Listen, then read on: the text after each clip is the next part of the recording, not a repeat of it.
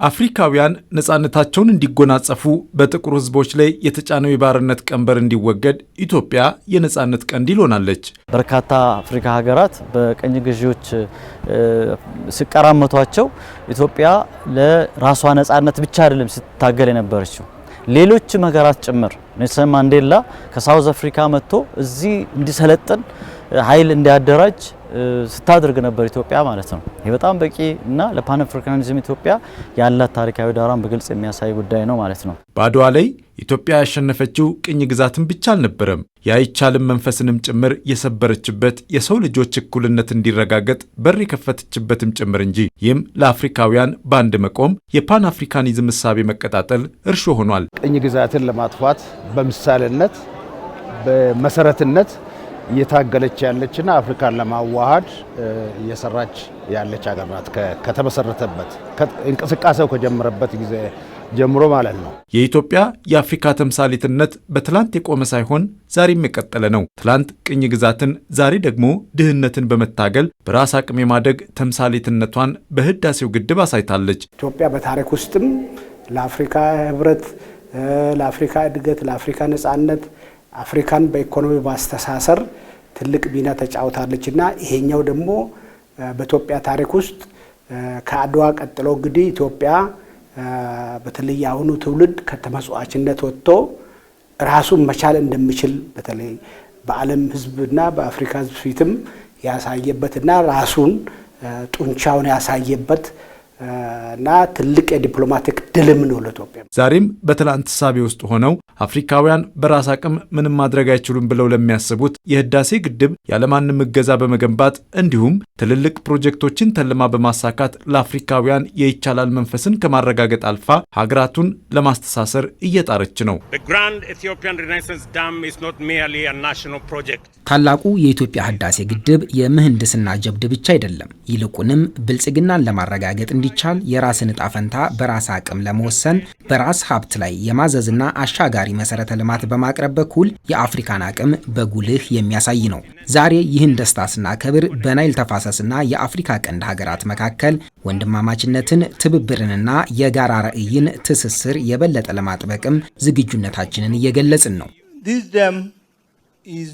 ግድቡ የኤሌክትሪክ ብቻ አይደለም፣ የአንድነት የተስፋና ለልጆቻችን የምንሰጠው ነገ ማሳያ ነው። ደቡብ ሱዳንም ከግድቡ የኤሌክትሪክ ኃይል ማግኘት የሚያስችላትን ስምምነት ለመፈረም እያሰበች መሆኑን ስገልጽ ደስታ ይሰማኛል። ኢትዮጵያ ከጎረቤት ሀገሮች ጋር መተሳሰር በመሰረተ ትምህርት የተሳሰረችበት ሁኔታ አለ። ከጅቡቲ ጋር በባቡር ሀዲድ ተሳስራለች። ከኬንያም ጋር በመንገድ ከሌሎችም ጋር በአየር ጋር የመተሳሰር ሁኔታ ነው ያለው። በኢነርጂም እንደዚሁ የተወሰነ መብራት ለጅቡቲም ለኬንያም የሚሄድበት ሁኔታ ነው ያለው። ለሱዳንም ሌላም አካባቢ ይሄን የማስፋፋት ፍላጎት ነው ያለው። በእርግጥ ተፈጥሮም አህጉሪቱን ለማስተሳሰር ለኢትዮጵያ እድል የሰጠ እንደሆነ ማየት ይቻላል። ኢትዮጵያ በተፈጥሯ ከጎረቤት ሀገሮቿ ጋር የተሳሰረች ነች። ተፈጥሮ አስተሳስሯታል።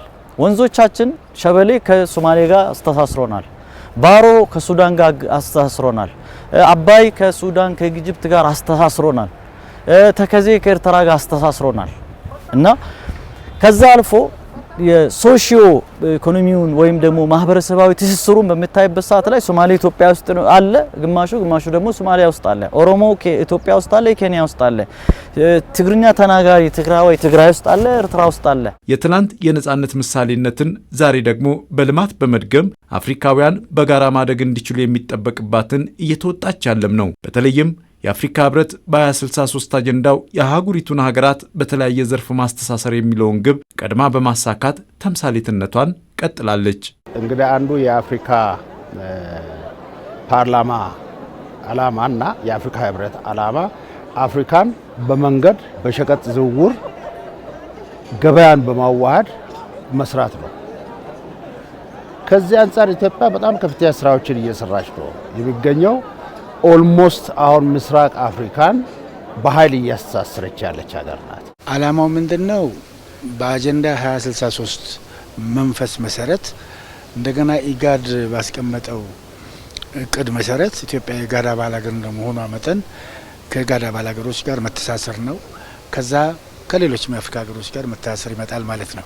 ይህ ኢንፋክት ብሔራዊ አጀንዳም ቢሆን አፍሪካ ነክ ነው፣ አህጉር ነክ ነው፣ አካባቢያዊ ነክ ነው። የጋድ አካባቢንም ከግምት ያስገባ እንቅስቃሴ ነው ማለት ነው። ኢትዮጵያ ያላት የተፈጥሮ ጸጋ ከጎረቤት ሀገራት ጋር ተካፍላ የምትበላ ከሆነ ጎረቤቶቿም እንደዚሁ ያላቸውን ጸጋ ከኛ ጋር የሚካፈሉ ከሆነ ምስራቅ አፍሪካ የሚለምን ሳይሆን የሚረዳ፣ የሚበደር ሳይሆን የሚያበድር፣ ከሌሎች የሚጠብቅ ሳይሆን የሚጠበቅበት ከባቢ የመሆን እድሉ በጣም ሰፊ ነው።